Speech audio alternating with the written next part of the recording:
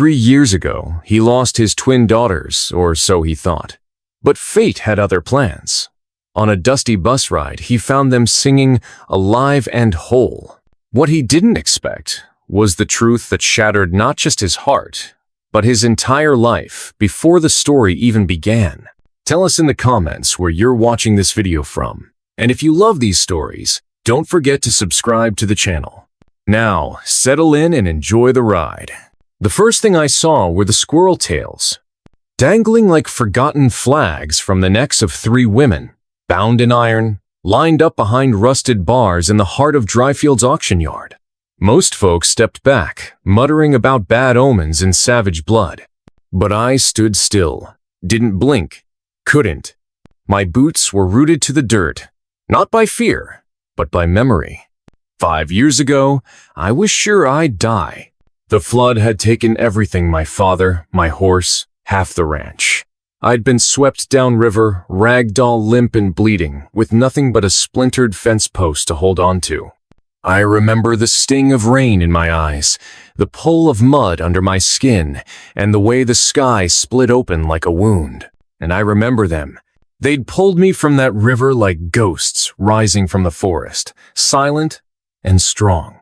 They never spoke a word I understood, but their hands worked with purpose, wrapping, stitching, feeding. One stirred broth with a carved bone. Another laid heated stones against my leg.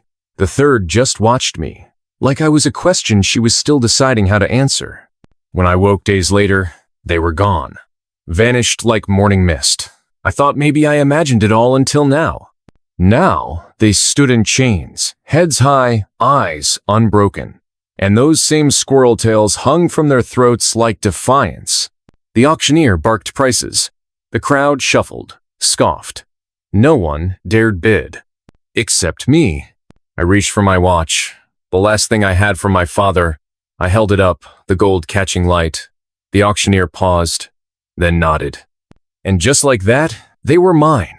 But I didn't buy slaves that day. I bought back a debt that life never let me pay.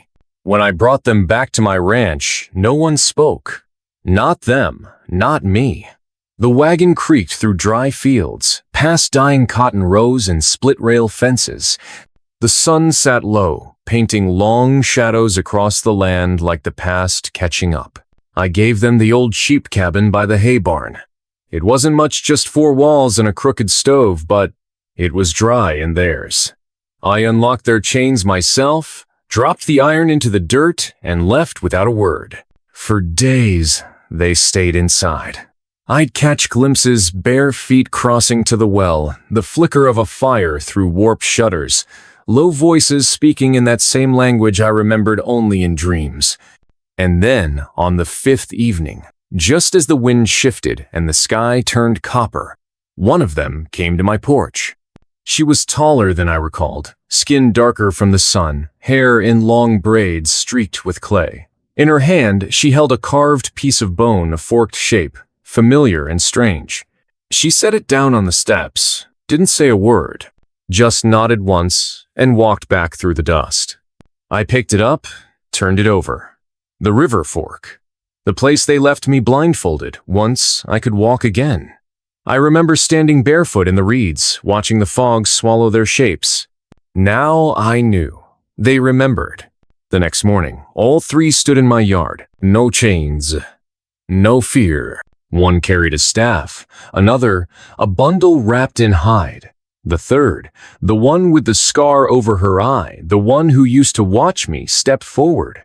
She pointed to the carving on my porch, then to her chest, then to the horizon. They needed something. Not shelter, not food. They needed help. And I knew, without them ever saying it, I'd already agreed. We left before noon. No destination. No map. Just a shared past and a direction. North. I packed what I could: rifles, dried meat, powder, water, and my old saddlebag full of tools. They packed quiet things, bundles of root and bark, bone charms, flint, feathers. I rode Belle, my Mustang. They walked behind the wagon, never asking to ride, never complaining. By the second day, we were in the high scrub. Wind rolled like breath over the hills. I tried to piece their story together from gestures, from the way they paused near broken trees or traced symbols in the dust. They were searching, no, tracking, for people, not prey. Their tribe, I guessed. Something had happened. Fire, maybe. Men with guns. Something that scattered them. They stopped often to read the land. I tried not to interfere, just watched, listened, learned. On the fourth night, the youngest drew a shape in the dirt with a twig and eye above a hand. She looked at me, tapped her chest, then the earth. I didn't understand. The middle one, shorter, scar across her chin, added a line beneath the hand. Then another. A cage? That night, I dreamed of fire, of screaming, of steel traps snapping shut on brown hands. In the morning, they walked faster. We found the first totem at the edge of a ravine. It was crude bones lashed with sinew, feathers tangled with squirrel tails. The same pattern as theirs, but newer. I watched the tallest one kneel, press her forehead to the dirt. The others stood silent. They weren't alone. Their people had passed this way. Recently, we were getting close, but not close enough. Because that same night, we heard the dogs. Far off. Muffled. But wrong. These weren't wolves. They barked in bursts, controlled, trained. And then the smell came. Smoke. Not wood, but canvas, and grease, and something worse, flesh. I crept with the eldest sister through the dark, just over a rise. Below us, in a canyon bend, a camp. Tents. Torches. Men with rifles and long knives. Cages. Inside the cages, figures. Still, small. One lifted her head, eyes reflecting firelight. A child. The eldest didn't speak. Just handed me her staff. Took my rifle instead. Her meaning was clear. They were going in, and I was going with them. The wind shifted just before midnight. We lay flat against the rise, backs to the stars, hearts sinking with the thrum of distant drum beats, though no drums played. Just the crackle of torches, the metallic clatter of patrols, and the shrill, unnatural yips of the dogs. Something about them was wrong. Not wild, not loyal either. Something trained to break rather than guard. She handed me the staff like it was mine by right. The carved lines of it faded, blackened with time, still hummed warm in my hand. The bone inlay on the top was cracked, but shaped like a crescent claw. I didn't know what it meant, but I knew what she meant by giving it. It wasn't a gesture of honor. It was a burden, a task passed from one survivor to another. She took my rifle with the same casual certainty I remembered from 5 years ago. Back then, it had been my fevered body she lifted without effort. Now, it was the weight of vengeance she hoisted. The firelight below flickered on cage bars. They'd driven the captives into crates, like livestock. I counted at least 7. All small, all still. I couldn't tell if they were asleep or just empty. She and her sisters moved like wind through brush, silent, cutting, unknowable. The middle one, scarred at the chin, disappeared into the ravine's darker side. The youngest pulled out something small and tied, wrapped in animal hide, smelling of sap and ash. She placed it in my palm, then pointed to the far tent beyond the cages. The main tent, likely the leaders. A signal. I was to go there. They'd handle the rest. I wanted to argue. I was raised in a world where men carried the fight and women were supposed to heal it. But this wasn't that world anymore, and these weren't women who needed saving. They were a force. I was the extra pair of hands. Getting down into the ravine was easier than I expected. Dry season had cracked the soil into paths wide enough for boots, and the dogs, if you could call those lean, foaming beasts dogs, were all chained near the fire. The first man I passed sat asleep against a wagon wheel, bottle in hand. His shirt was blood-stained, but not from battle, more likely from a recent meal, judging by the crust at his collar. I moved like I used to on my father's ranch during branding season. Soft steps, quiet breath. One mistake meant a bull charge. But this was worse. I slipped behind a stack of crates. Inside, bones. Not fresh, not old, child-sized. My stomach turned, but I didn't flinch. Not now. Not after what I'd seen in that river 5 years ago. The main tent was less a shelter, more a throne. Animal hides draped over cedar poles. Torches stuck into the earth like grave markers. And in the center, a man with silver hair, combed and gleaming. He wasn't drunk, not sleeping. He was waiting. "Thought you'd come closer," he said without turning. His voice was low, polished, like a man who'd once worn suits in cities far east of here. But the rifle across his knees said otherwise. That was Western steel, rough and oiled. "I stayed frozen," he chuckled. "They always come back, the ones who run, the ones we let go." I didn't know what he meant until he turned, and I saw the medallion around his neck. A bone crescent. Same as the staff in my hand. Recognition hit me like a cold slap. He'd taken it. From someone. From them. "You're not one of them," he said, now standing, brushing dust off his trousers. "But they saved you, didn't they? And now, you think it's your turn." His eyes were bright, amused, pitying. "You don't know what they are. What they do when no one's watching." I stepped forward. He raised the rifle slow. "But I do," he whispered. I watched them tear a man apart, smiling while they did it. I caught the little ones before they ran, and now their mothers come creeping through the dark to die beside them. He didn't speak. I didn't need to. I drove the butt of the staff into his chest. Hard. The shock dropped him backward, wind knocked clean from his lungs. He gasped, tried to lift the rifle, but I'd already cracked the stock of it with the staff's curve. I didn't kill him. Not yet. I tied his hands with the same hide string they'd used on their bundles. Left him staring up at the roof of his blood-colored tent. Outside, it had begun. Screams cut through the stillness. Not the quick kind, those of surprise or brief pain, but the deep, broken kind. Screams of men seeing something they didn't understand. Screams of dogs turning on their masters. Screams of guilt being burned from the throat. I emerged to find the camp aflame. Not in wild chaos, but in rhythm. Each tent caught fire in turn, like a heartbeat moving across the ground. The sisters moved within the inferno like spirits from old stories. The youngest shattered cages with her bare hands like the wood recognized her and gave way. The middle one pulled children from the wreckage, bundling them behind the wagons, shielding them with her body. And the eldest, the one who once watched me with those unblinking eyes, she moved through the chaos with my rifle like she was born with it. Every shot was measured. Every movement a message. This wasn't revenge. It was reclamation. I joined the youngest at the last cage. A boy, no more than 8, his skin torn where rope had cut deep. He didn't flinch when I reached in, just stared. Behind us, the silver-haired man screamed, but not in pain. In fury, he'd escaped. Somehow, I turned. Staff ready, but he wasn't coming for me. He was running, straight toward the flames. Toward them. And the sisters let him.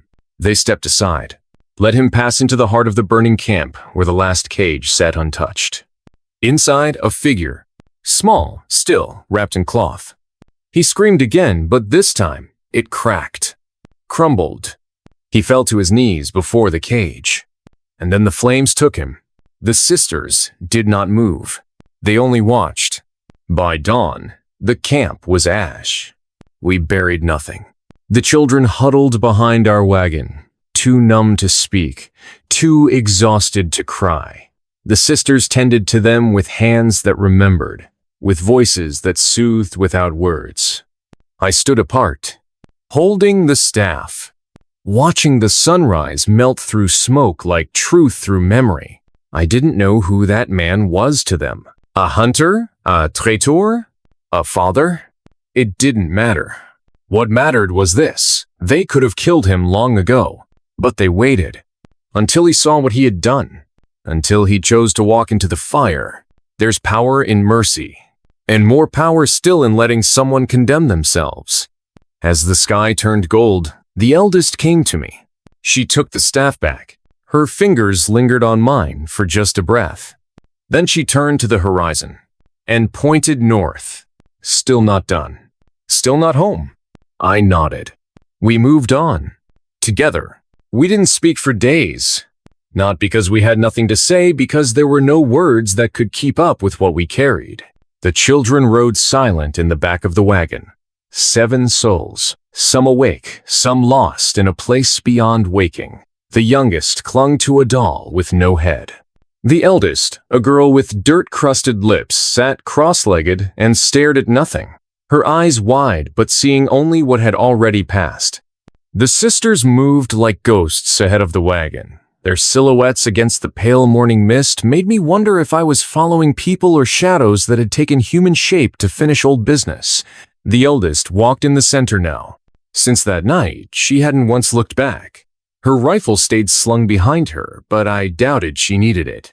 She carried something stronger. Resolve that couldn't be broken. Me? I walked behind them all, still unsure if I was meant to protect them or be protected. The land began to change 3 days out. The hills softened into wide flats. Trees grew sparser, giving way to stretches of brittle grass and dry stone. We crossed a shallow creek bed where no water ran, and passed a burned-out stagecoach, its wheels half buried in the dirt.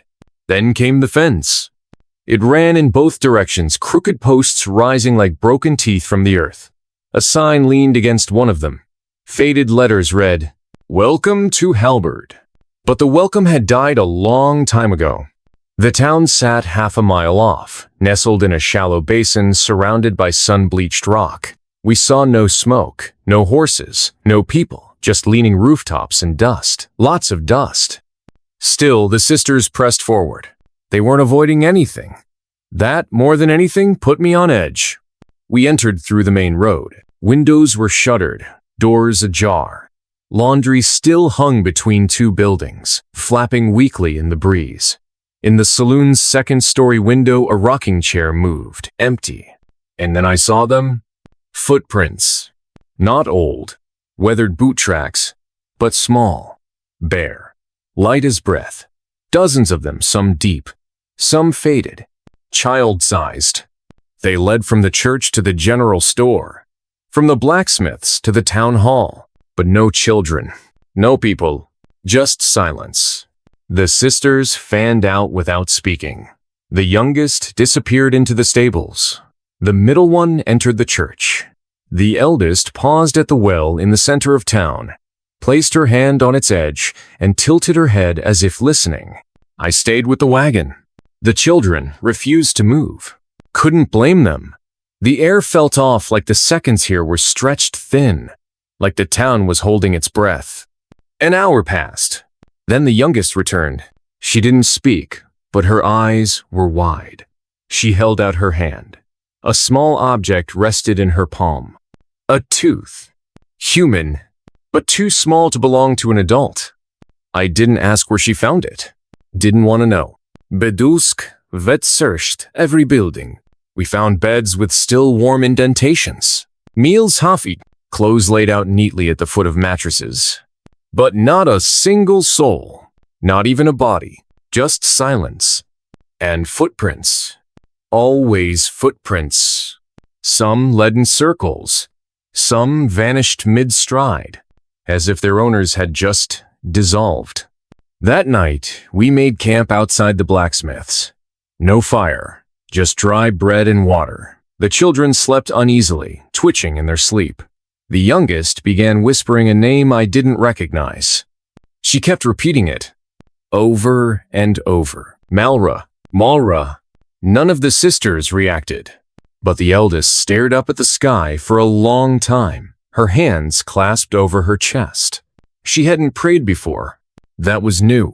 At midnight, something knocked on the side of the wagon. 3 slow taps. No wind. No branches. Just a knock. I rose slowly, rifle ready. The sisters were already awake. The eldest stepped into the dark, unarmed. She didn't look around. She just walked straight ahead toward the town center. I followed. By the well, the footprints had returned. New ones. Fresh. but not coming to the well, coming from it. I peered over the edge. No water, just darkness. The kind of dark that made you lean back without meaning to. She reached into her pocket and dropped a pebble. No sound, not even a splash. And yet, I swore I heard breathing. Not mine, not hers. Something deep, below, waiting. The next morning, we made a decision. We couldn't stay, but we couldn't leave with the children. Not through land touched by whatever this was. The sisters gathered them near the old bank, sheltered from sun and wind. They placed talismans around them, bundles of thread, bone, and dried root. They sang something low, barely audible. I tried asking what it meant. The eldest just looked at me. And I knew. This wasn't a stop. It was a threshold. What came next would either break us or free us. We descended into the well just after midday. The rope ladder had been carved into the stone itself. Each foothold narrow, each breath harder than the last. We went in order. Eldest first, then the middle sister, then the youngest. I came last. The air thickened the deeper we went. Not with moisture, but memory. Like we were descending into something older than light. When we reached bottom, there was no water. Only a corridor. Carved stone. Symbols on the walls. Not of any tribe I knew. Not from any book I'd read. The youngest traced a symbol with her fingers, then tapped her chest. Her lips moved, but no sound came out. Even her voice had stayed behind. We moved forward, each step echoing like thunder in that hollow dark. Then light, faint, greenish, like moss under moonlight. And ahead, a chamber, round, filled with toys, broken dolls, wooden horses, kavelflutzes, and bones. Small, stacked neatly, not buried, not discarded, arranged. At the center of it all sat a figure, not dead, not alive, covered in cloth, wrapped in threads of hair and old cloth, its face hidden, but it breathed. Shallow, rhythmic, like sleep. The eldest stepped forward. She held out her hand. The shape did not move. Then the youngest placed her palm against the floor, and the room began to hum. Not loud, not sharp, just inevitable. I felt it in my bones. A memory never lived, of a child lost, of voices screaming, of something sacred, broken, and buried. The shape stirred. It raised its head, and underneath the cloth, a face. No eyes, no mouth, just scars. And then it spoke, not with sound, but with memory. Flashes filled my mind. Fire, water, a village drowning in silence. 3 sisters carrying the last sacred thing into the earth to save it. But it had grown wrong, twisted in the dark, fed by grief, by me, by every one of us who had looked away. The figure stood. The sisters fell to their knees. And I understood. This wasn't a demon. It was a child. And we were the ones who had turned it into a ghost. I couldn't move. The figure stood there in the middle of the stone chamber. No eyes, no mouth, no flesh that I could recognize, yet it stared into me as though it had known me since before I had bones. I wanted to run, but my legs didn't belong to me anymore. Neither did my breath. Or my memories. Something else held them now. Something ancient, something hurt. The youngest sister still knelt at the edge of the chamber floor, both palms pressed against the cold stone. Her lips were trembling not with fear, but with reverence. The middle sister had her eyes closed, tears sliding down her cheeks. And the eldest stood tall, silent, like she was expecting this, like she had always known. The figure moved one step forward. That's all it took to bring every muscle in my body to full tension. I had faced men with guns, floodwater strong enough to snap a house in half, the slow rot of fever in the desert. But none of those made me feel like this. This was not death. This was memory weaponized. Suddenly, I saw it all. Not as a vision, not as a dream, but as if I were inside it. A village. Not mine. But it might as well have been. Children laughing by a river, women weaving under the sun, a song drifting across the dust, a peaceful place. Then the storm.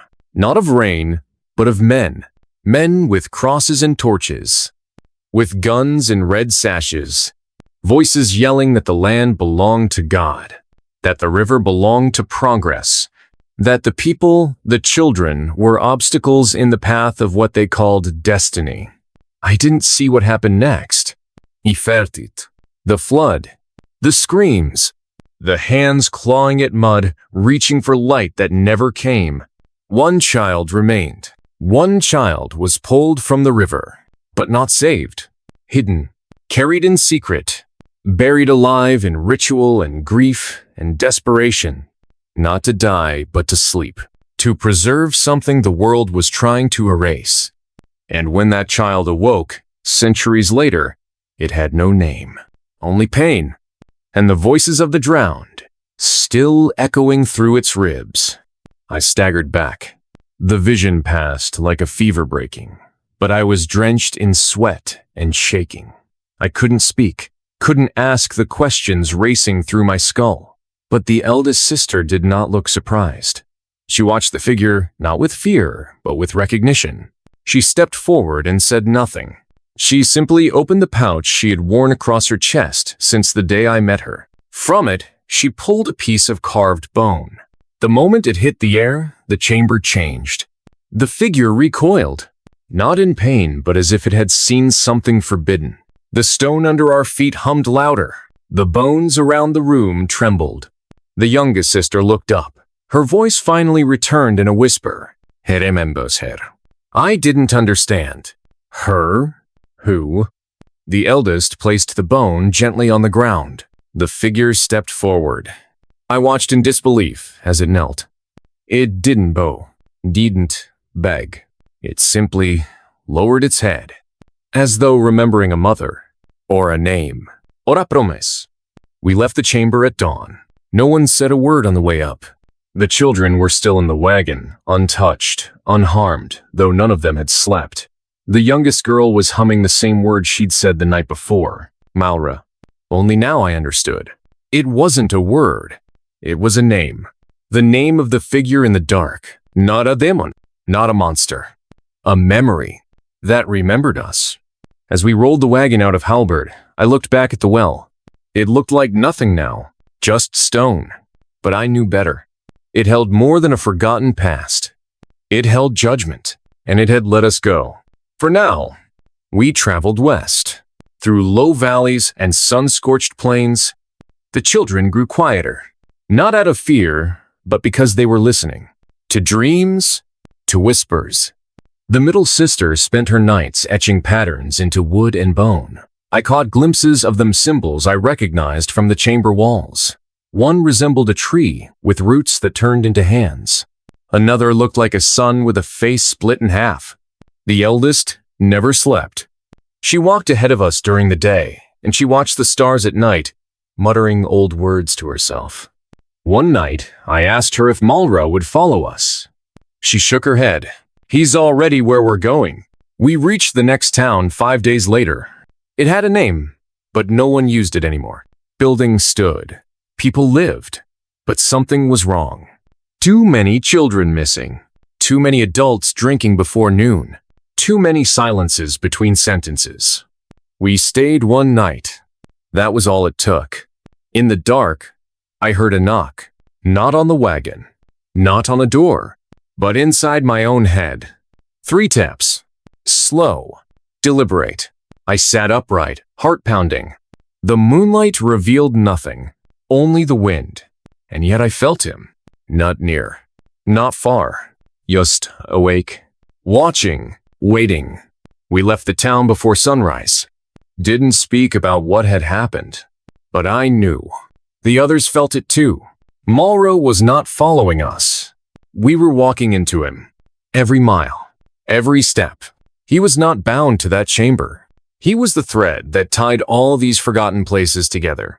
And we were unspooling that thread, pulling it towards something none of us were ready to see. Not yet, but soon. That night, the youngest girl climbed into my arms. She hadn't spoken directly to me since the flood, but now she whispered something I couldn't ignore. Her eyes didn't blink. Her voice didn't shake. She said, "He said you belong to the river too." And I remembered the water, the way it took everything I loved, the way I should have died, the way 3 women pulled me from the jaws of it, and how one of them whispered the same word that night as I drifted between breath and death. Malra. I never told her what the river took from me, not because I couldn't, but because I feared that telling would pull it all back. The weight, the sound, the cold hands of memory clawing at my throat. It was easier to pretend it hadn't happened, to ride west with the dust in my eyes and my heart in a cage. But the girl's voice, the way she said, "You belong to the river too," shattered that cage like it was made of glass. We left that cursed town before the sun had fully risen. I didn't ask what the sisters had seen while I slept, and they didn't ask about the shadows under my eyes. There was an unspoken agreement between us now, a pact formed in the silence between breaths. We knew that the journey was no longer about escape. It was about return to a truth we'd all buried. Beneath water, beneath time, beneath lies we told ourselves so often they turned to stone. The land shifted. The open desert gave way to dry forest-tall pines that whispered in a tongue older than speech. I'd always hated trees. Too many places for things to hide. And now, I couldn't stop imagining him, Malra, tangled in the roots, folded into the bark, waiting for us in the grain of every trunk we passed. The wagon's wheels creaked louder in this silence. The horses grew restless. Even the children, who had once hummed and watched the skies with curious eyes, grew solemn. They felt it too. The ground beneath us was no longer ground. It was memory, stretched thin over old bones. On the 3rd day in the forest, we came across the man, or what was left of him. He was nailed to a tree, not crucified, not bound, just held. His arms weren't pierced. They were sunk into the wood, fused like they'd grown there. His mouth was open, but it hadn't been screaming. It had been whispering. The moss around him formed patterns, circles, spirals, one long line leading down the bark to the soil. The sisters didn't speak. The youngest reached out and placed her palm against the bark. The tree moaned, not from the wind, not from the weight, but from memory. A slow, wet sound like water being wrung from a wound. The man's eyes flickered, just once. Then they closed again. That night, the fire wouldn't light. No matter how much kindling I used, the wood was dry. The air was still, but the flame refused to catch. I sat in the cold, watching the smoke twist upward into nothing. The eldest sister finally came to my side. She handed me a stone, small, black, etched with a symbol I recognized from the chamber. I held it in my palm, unsure what it meant. But the moment I did, the fire caught. Not with spark, but with sound. A crack, like ribs breaking open. And then flame, wide and blue. No heat, just light. The others gathered around it, faces lit not by fire, but by memory. And I realized we were not the first to pass through here. Others had walked this path before. Others had tried to bury the river, and failed. I slept that night, but my dreams were not mine. I saw a man with my face, but older, harder. He stood on the banks of the same river I had drowned in, holding a bundle in his arms. A child, not moving, not breathing. He lowered the child into the water, not with grief, but with ritual. And behind him stood 3 women, the same 3, younger, alive, watching. I woke with blood in my mouth and tears I couldn't explain. The next town was worse than the last. No children, none. Not a single cry in the wind. The people looked hollow, like they'd been scraped out from the inside and filled with dust.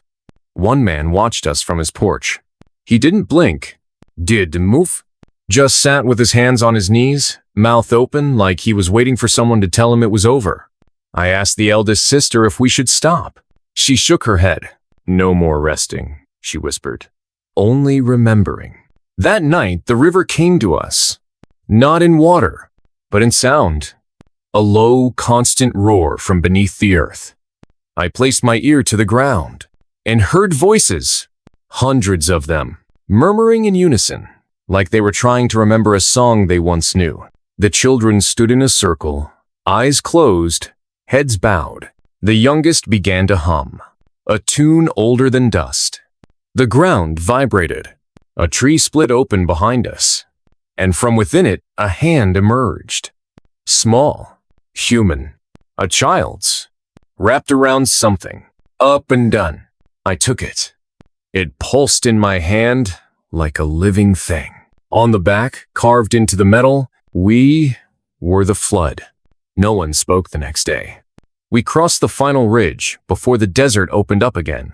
But this was no desert I'd ever known. The sand was darker, almost black, and the sky above it pulsed with a slow, sick kind of light like dawn that didn't know how to be born. The sisters stood in silence. The eldest turned to me and pointed at the horizon. There, far in the distance, barely visible, a spire of stone, crooked, twisting, like a bone pushed through the skin of the earth. She said only one word, "Home." I didn't know whose home it was, but I knew it was where this all ended. Where the river ran backward, where the drowned stood upright, where names were remembered and debts collected. I turned to the children. All four stared back at me. No fear, no hope, just waiting. For me, to walk them into the mouth of something no man should ever see. And for the first time in my life, I understood. The flood hadn't taken me. It had chosen me, and now it was calling me back. The sun died behind us. Not set died. Its last rays didn't fade. They collapsed, as if the weight of what lay ahead was too much even for light. We stepped into the salt flats. Not pure white like maps promised, but gray, laced with veins of something black and glistening. A substance I didn't recognize. It clung to our boots. It hummed beneath the crust. The youngest child reached down and dipped her fingers into it. When she looked up, her eyes shimmered silver. And I knew then this place remembered us. I'd dreamed of this spire before. Long before the flood. Before the fire. Even before the voices came. It had lived in my bones, like an illness passed from father to son. A twisted tooth of stone, too narrow to climb, too sharp to erode. It pulsed in the air ahead like a heartbeat under skin, and the closer we got, the less the wind moved. The world became still, but not empty. Stillness like a predator watching. Stillness like a held breath before confession. I don't remember the first time I saw someone drown, but I remember the last. It was my father. Not in a river, not in water, but in a bottle and a lie. He used to say, "Some floods start in the soul." Back then, I thought he was drunk. Now I know he was right. We reached the base of the spire by nightfall, but the sky didn't darken. It glowed, not with moonlight, but with memory. The salt beneath our feet began to shift like glass melting, reshaping. Footprints emerged, thousands, all heading in the same direction. All leading to a fissure at the base of the stone, a slit barely wider than a man's shoulders. The girls stepped forward. They didn't hesitate, didn't question. This was what they were born for. I paused, not out of fear, but out of recognition. This was not just the end of a road. It was the mouth of everything I had buried. Every name, every scream. Every time I chose silence when I should have screamed. And now it was open, waiting for me to walk back in and face them all. I stepped through, and the salt swallowed the light. Inside, it was not a cave.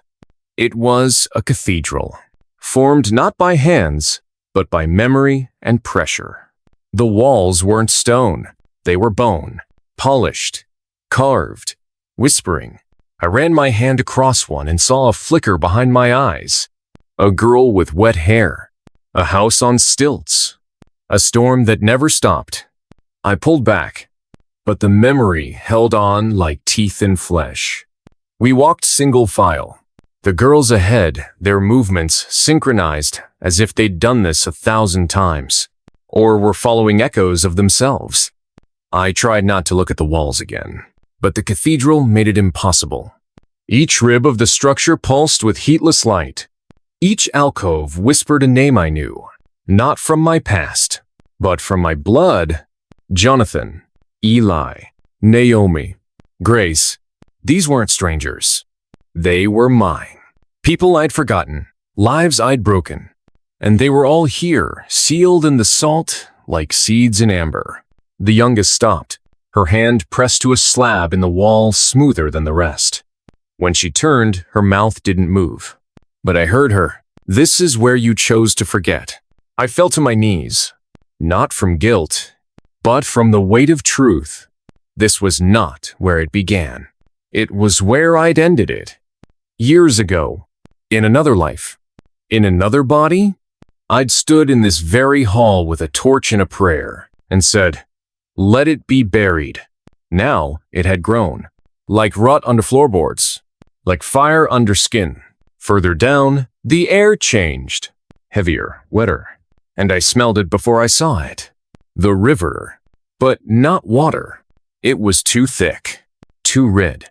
A blood river coiled through the center of the cathedral like a living scar. It didn't flow, it breathed. Each pulse matched my heartbeat, and the closer I got, the louder the memories screamed. I saw my hands holding a knife. I saw her eyes closing as I whispered lies. I saw the children, not yet born, reaching up from beneath the surface, calling me back. The eldest sister stepped into the river. It didn't take her. It welcomed her. The water, or blood, or whatever it was, rippled and parted around her feet like a dog at its master's heel. She beckoned the others forward, and then they turned to me, not asking, not pleading, but commanding. I took one step, then another, and the moment my boot touched the surface, everything in me broke open. I was there again. The house, the fire, the child's scream echoing under floorboards. The lie I told to save myself, how I let them burn. Not because I wanted to, but because I couldn't carry them all. Couldn't carry their cries, their blame, their eyes. And so I buried them in flood and flame and silence. Until they were just dreams. Until they became girls with strange eyes and silent voices. And now they stood before me not as ghosts, but as truth. The spire was not a place. It was a reckoning. A place where the river came to rise again, not to destroy, but to reveal. I don't remember falling. I remember flying. Downward. Through bone and blood and song. Through every scream I never voiced. Every sin I dressed in righteousness. Every name I'd forgotten. The river didn't judge. It simply showed. And that was worse. Because I was the flood. And I was the one who drowned. When I woke, I was on the bank. Alone. The spire behind me cracked open like an egg, spilling steam into the sky. The sisters were gone. Or maybe they had never been. Only memory made flesh, long enough to lead me back. My hands were clean. Too clean. Like they'd been washed in salt. My boots were gone. But I felt no pain. Only weightlessness, as if the ground no longer had claim to me. Ahead, the desert waited, and I knew now this wasn't the end of the story. It was the middle. The next page would be written in the footsteps I chose from here, and this time, I would remember every one of them. There was no road when I walked out. No trail. No stars. Only a wind that smelled like memory and something older than time. My boots were gone. My clothes were not the same ones I had entered with. They were rough spun, unfamiliar, stained with salt and soot and something like blood. But I felt no pain. Just the distant weight of being watched. Not from above, Not from the horizon, but from inside me. The land had changed. No cacti, no sun. The sand underfoot was black, crushed glass mixed with ash. And in the distance, a structure. It was shaped like a house, but too tall. Its roof slanted into the sky at an impossible angle, like it was reaching for something it couldn't name.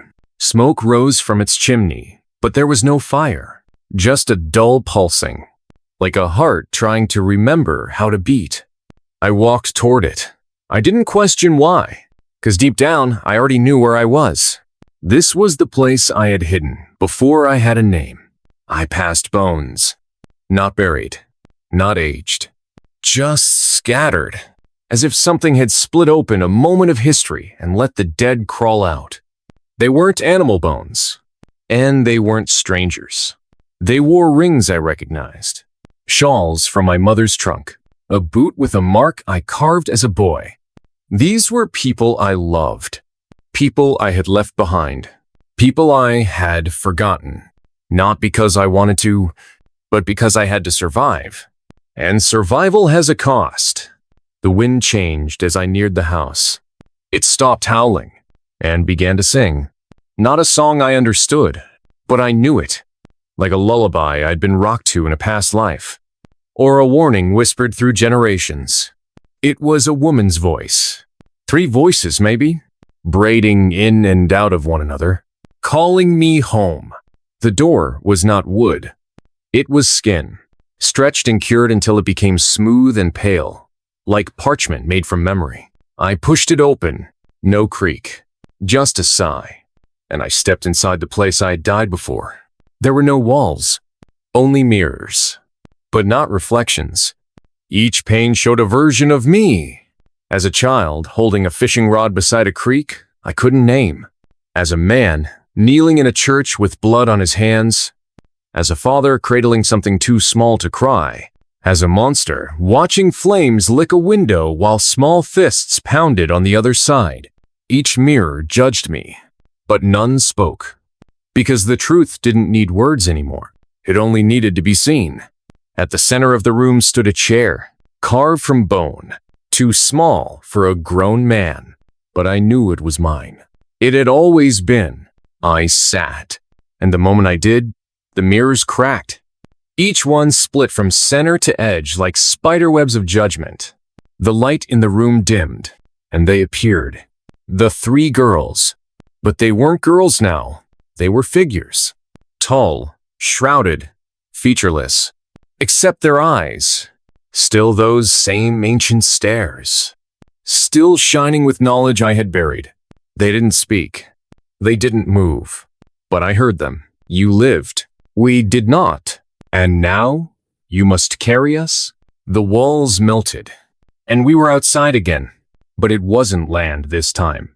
It was water, as far as the eye could see. And beneath its glass surface, everything I had tried to forget. The house, the fire, the storm, the hands reaching up from the river's mouth, the baby with no breath, the scream I swallowed instead of setting free. The girls stepped onto the water, and it held them, like glass, like ice, like memory that refused to drown. They turned back, waiting for me. I took a step. My foot did not sink. I walked toward them. Each step pulled another thread of silence from my chest, until I was hollow, and only one thing was left inside. Not guilt, not fear, but truth. They pointed behind me. I turned, and there it was. The house from the beginning. Not the strange one. The real one. The one from my childhood. The one that had burned. Except now it was whole again. Smoke rising. Chickens in the yard. A bucket by the porch. And standing at the door my mother. Waving, as if nothing had ever happened. The girls whispered, "Do you remember now?" And I did. All of it. Not just the fire, not just the storm, but what came before.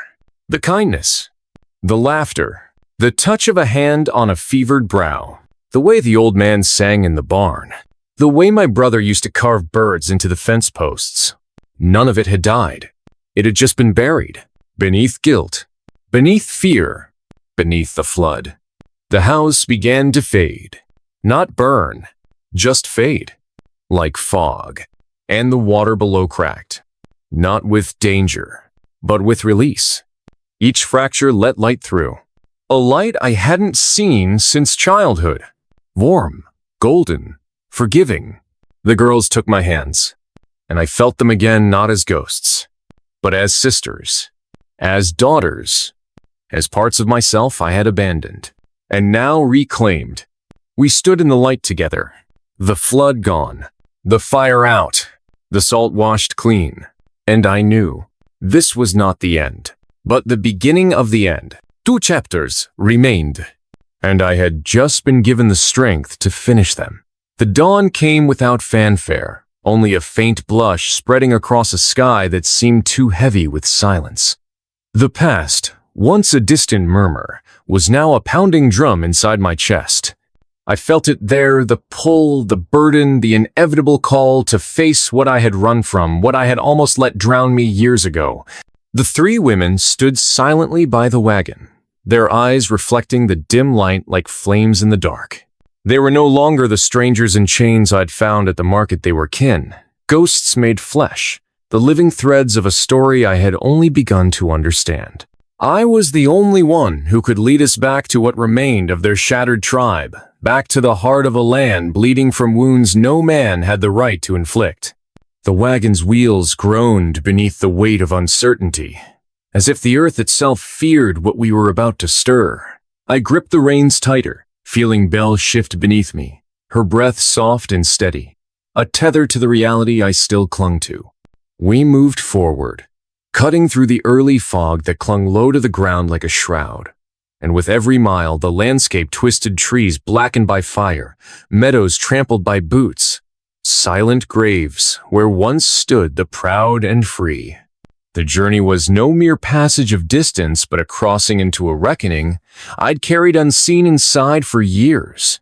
The women did not speak, their silence heavier than any chain, but I knew each glance, each measured breath was a vow, a promise that we would not falter, no matter what awaited.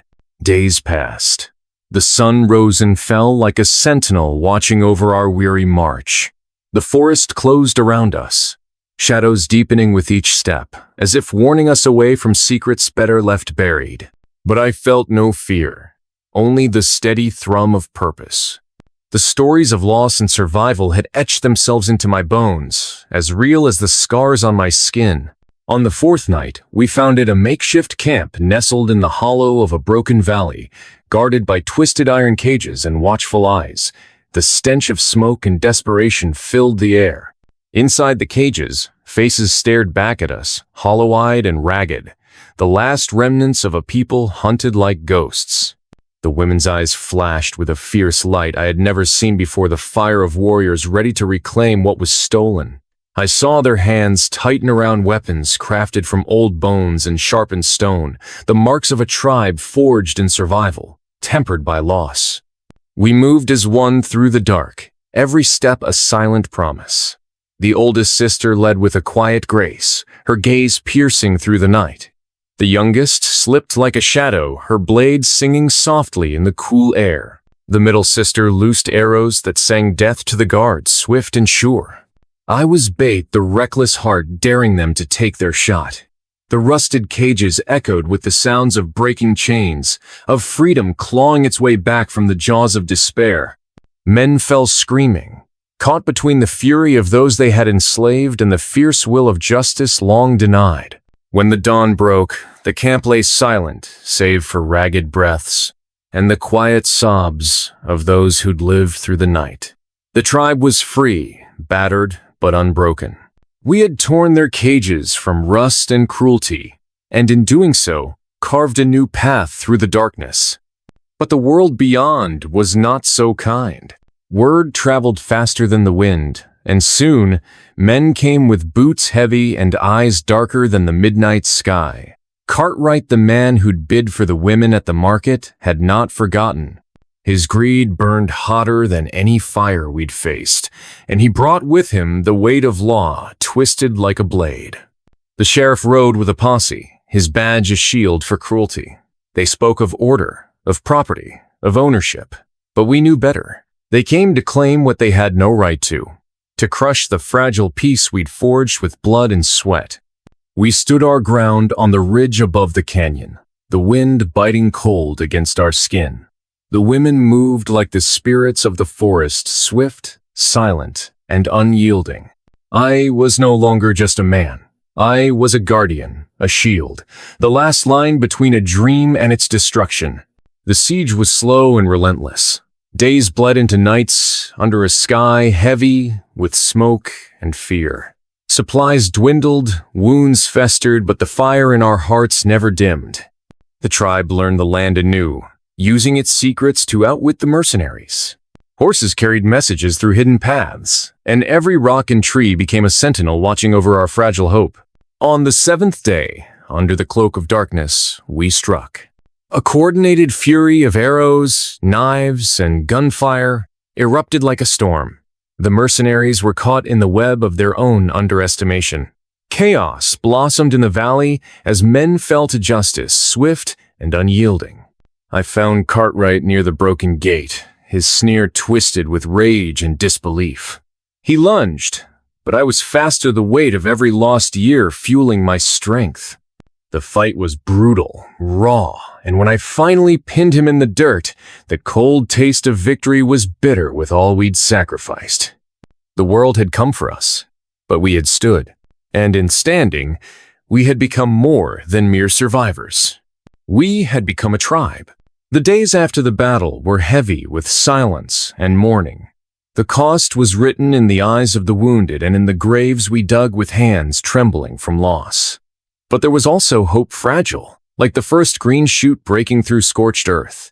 The tribe gathered beneath the ancient oak at the canyon's heart. Fires burned in quiet circles, casting flickering shadows that danced like spirits released. The eldest sister stepped forward, her voice steady as she spoke the old language once more, a song of remembrance and resilience. I watched from the edge, feeling the weight of all that had passed settle into something new. I was no longer just the man who survived the flood. I was part of this story now, woven into a tapestry of courage, sacrifice, and belonging. The women had found their family again, and in doing so, they had given me one I never knew I needed. But the peace was fragile. The law came knocking once more, this time with papers signed in ink as black as the night. The town council, the sheriff, even the governor's men all threatened to tear down what we had built, to erase the tribe from the maps and memories of this land. We met them with quiet defiance.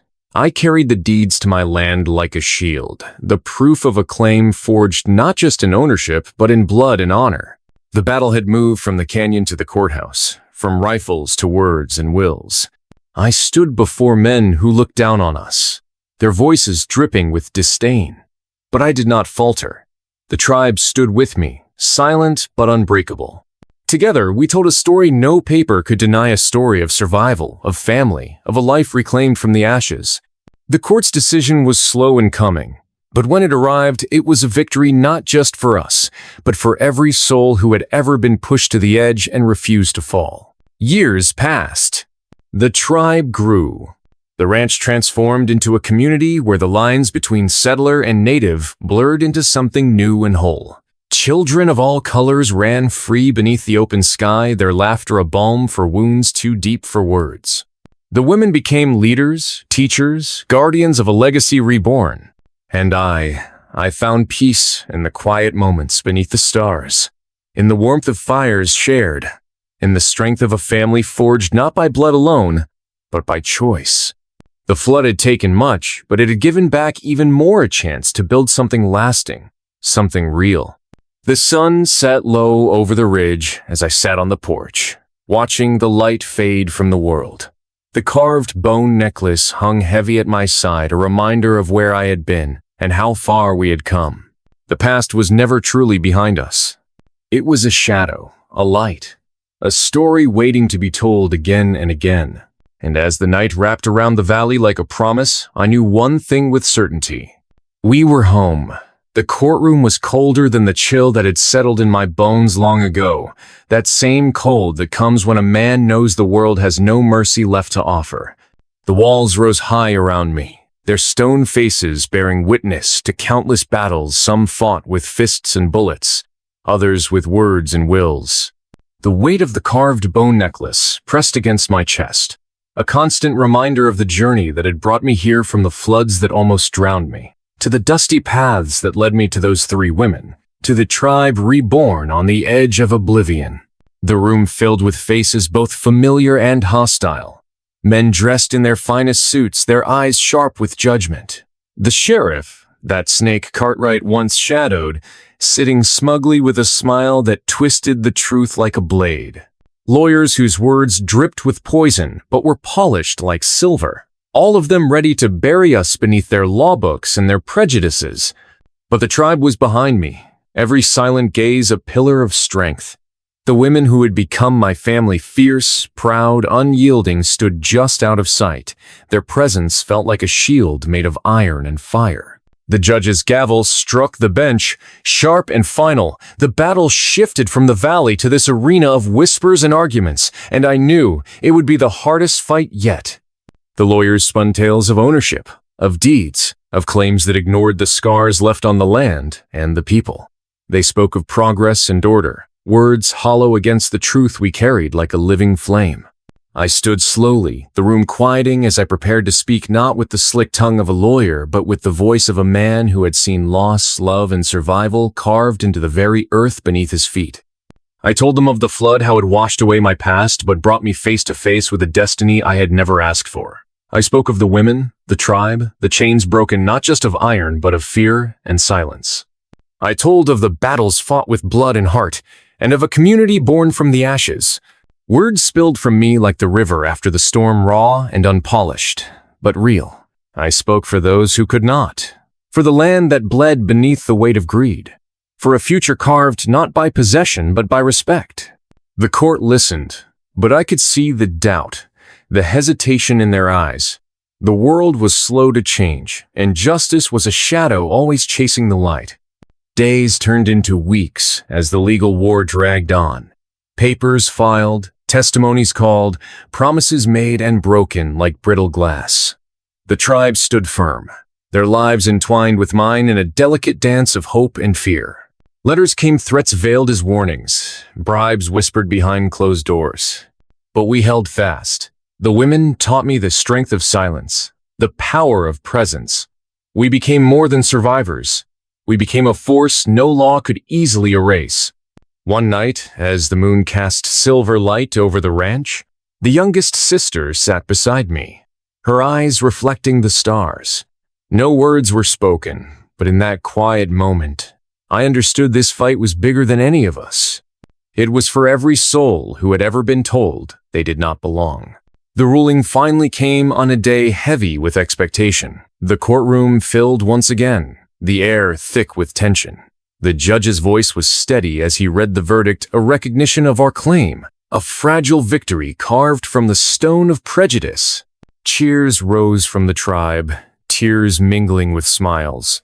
But beneath the celebration, I felt the weight of what lay ahead. The law might protect us for now, but the world beyond these walls was still a wild, unforgiving land. In the days that followed, we rebuilt not just the ranch, but the bonds between people fractured by time and pain. The women took their places as leaders, teachers, and healers. The tribe grew, a living testament to resilience and hope.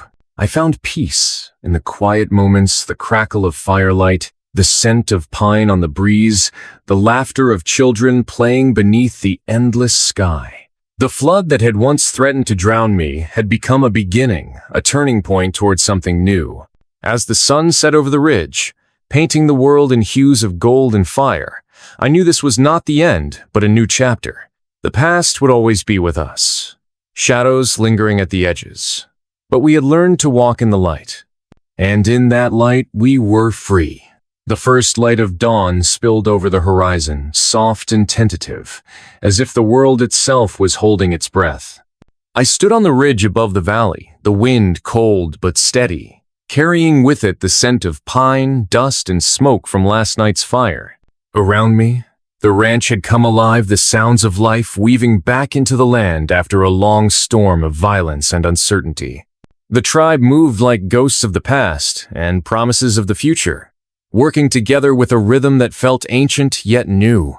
Children's laughter echoed between the cabins, their feet pounding the wooden paths laid by strong hands that refused to forget where they came from. Women sharpened knives, tended gardens, whispered prayers to the earth. The air was heavy with history and hope.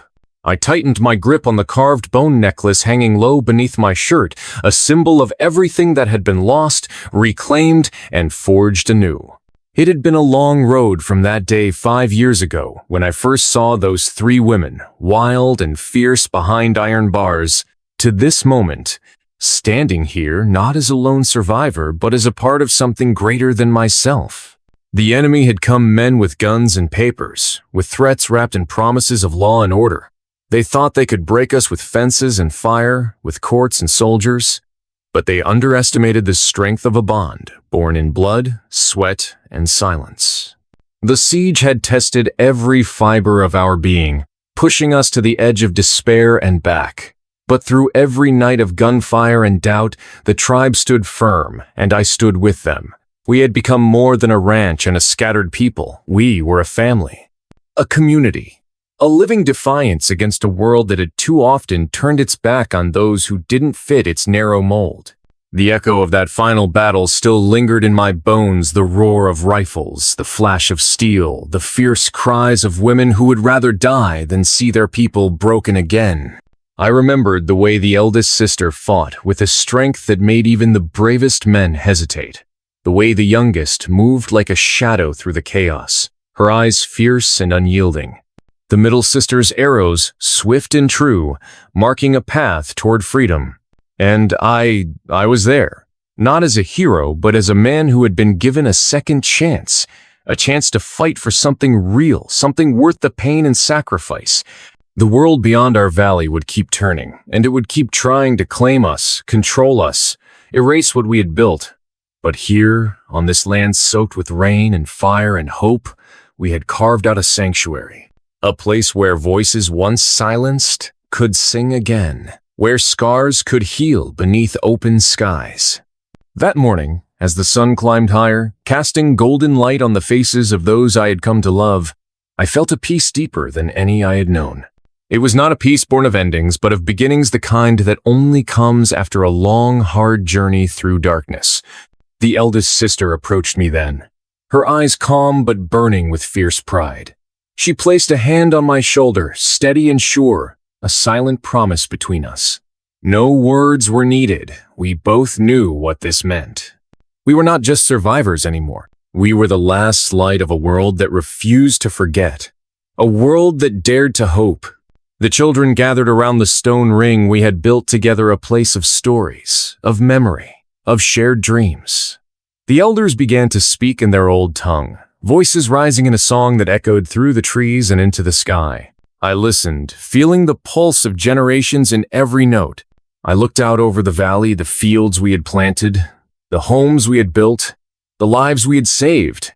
This was not just land, it was legacy. And as the sun set that evening, painting the clouds in fire and gold, I understood finally this was where I belonged. Not just as a man saved by fate, but as a part of something eternal, a family born from the wild heart of the West. When I close my eyes now, I see their faces, the 3 women who pulled me from death, the tribe that rose with us, the future we dared to claim. The flood took much. It almost took me, but it couldn't take this. Because some ties run deeper than blood.